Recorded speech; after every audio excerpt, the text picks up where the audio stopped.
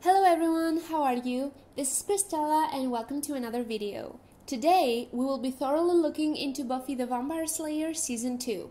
If you want to know more about this show or my review on its first season, I suggest you watch the video card above first and then come back. Before I begin today's discussion, I would like to fill you in a couple of things.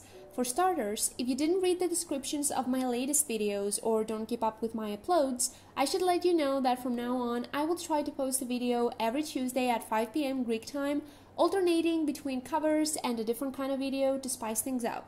So to stay updated, make sure to subscribe to my channel and ring the bell. I can't earn anything other than your support on YouTube anyway, so it will mean a lot to me and my hard work.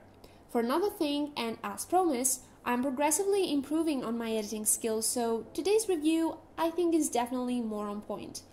Keep in mind please that this review contains so many spoilers, so if you plan on watching the show, I would suggest you come back later. Now let's start.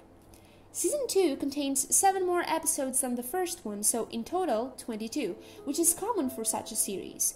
Parts of the future storyline started setting up, and every character had the chance to evolve, making the viewing experience more interesting.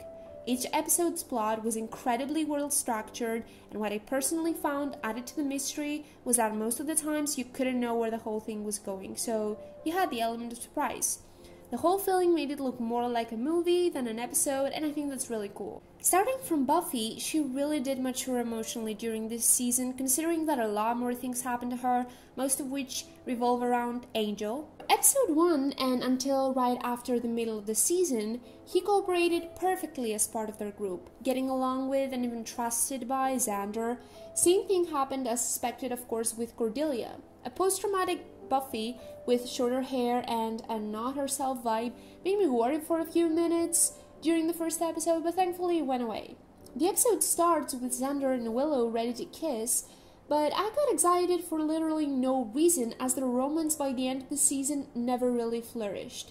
A relationship that blew off in the middle of the season, despite progressing perfectly well, was Giles with Miss Calendar. So all in all, first one ends with a failed resurrection of the Master, and all is well.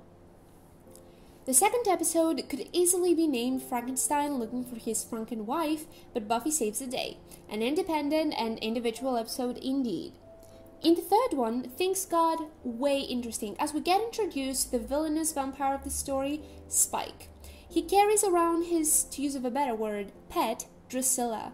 I know that what happened to her was Angel's fault, since he has a murderous past, but she really creeps me out. Their clique attacks the school because Spike is confident that he can kill the Slayer just like he did with the previous two. This, though, does not come to pass. The fourth one could be called Single Mommy Looking for a Boyfriend in Xander, Unjustified Murders yet again, and a carelessly excited Xander who barely makes it out alive, with Willow almost paying the price. Simple but on point episode. Gotta be honest, the fifth one made me so anxious because humans are always worse than the monsters they cast. It was creepy and honestly not that far from reality. The sixth one was a boring episode to me, but it did spice things up. For Buffy and Angel's relationship, gotta admit I didn't enjoy damsel in distress Buffy. I think this is one of the first episodes where we meet Oz, an adorable character who's interested in Willow. I consider the seventh episode to be the first of the dramatic ones. Angel got jealous and Buffy had to fight her way out of vampire worshippers using Drusilla to convince Spike to let everyone go. The eighth one was so interesting as we got to find out about Giles' dark past. Apparently, he had created a demon that put everyone in danger and in the end put a pause with his relationship with Jelly Calendar. The ninth one is important. Buffy and Angel grow even closer, something that Spike takes advantage of for Drusilla's health's sake, but Buffy, along with another vampire slayer, stops them at the very last moment on episode 10. I liked Kendra's addition to the plot. She's a different type of slayer. I think that through all the action, Oz and Willow stepped up their game, and so did Xander and Cordelia. Gotta admit that at this point, her denial towards publicly acknowledging that she's dating Xander annoyed me quite a bit. Episode 11, Buffy's mother finds a new boyfriend who happens to be an abusive and sexist male robot who hits her and It was shocking that Buffy ends up killing him by accident. He comes back though to take revenge and, do his master's will. Thankfully though, truth rules and everyone is, free from the creep.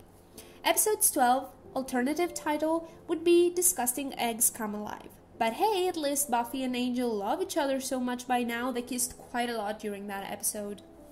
Episode 13 is serious. First of all, Drusilla and Spike find someone who's literally unbeatable by Buffy, and her and Angel barely escape him, and if that wasn't enough, we find out that Jenny Calendar cursed as a vengeance for her family's sake Angel along with her uncle a while back, so, they wanted to make him pay for his crimes.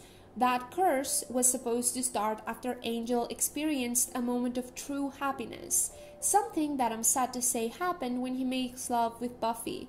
Seriously, that made me so sad. First of all, why on earth create a curse that would make Buffy suffer too?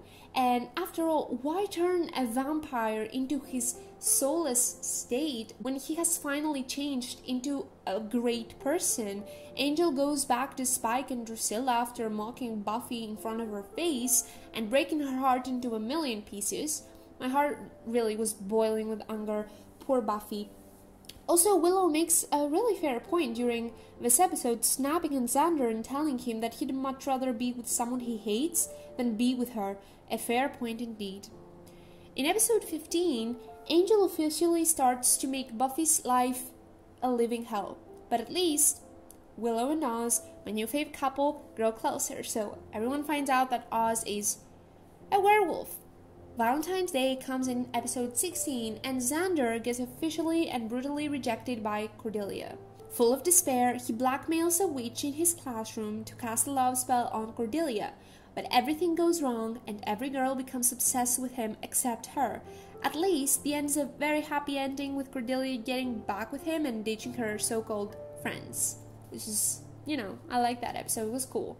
At episode 17, we realize what an obvious flaw it is that Angel can enter Buffy's house whenever he fancies, since he has been invited in.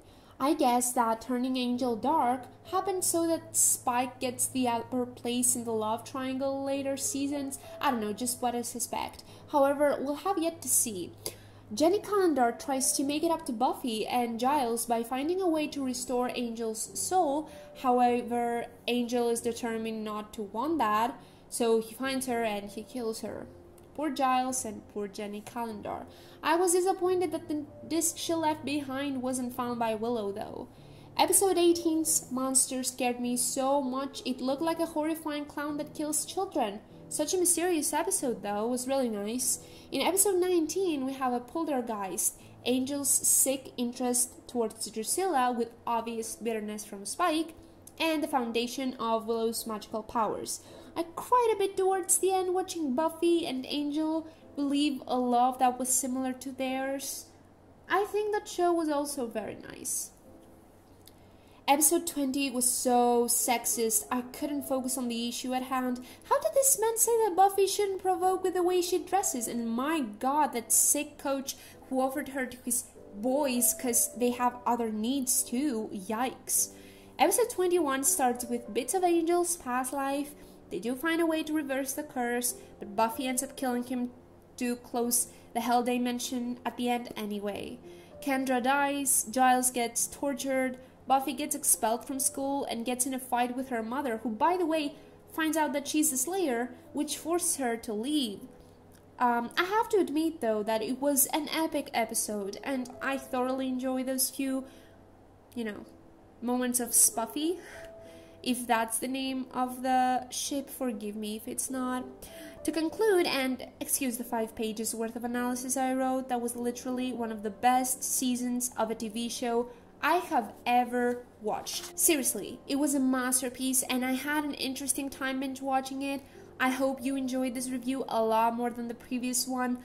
I really love Buffy at this point. I look forward to season 3. I hope it's just as good. Otherwise, I'm so fragile and vulnerable in getting disappointed by it.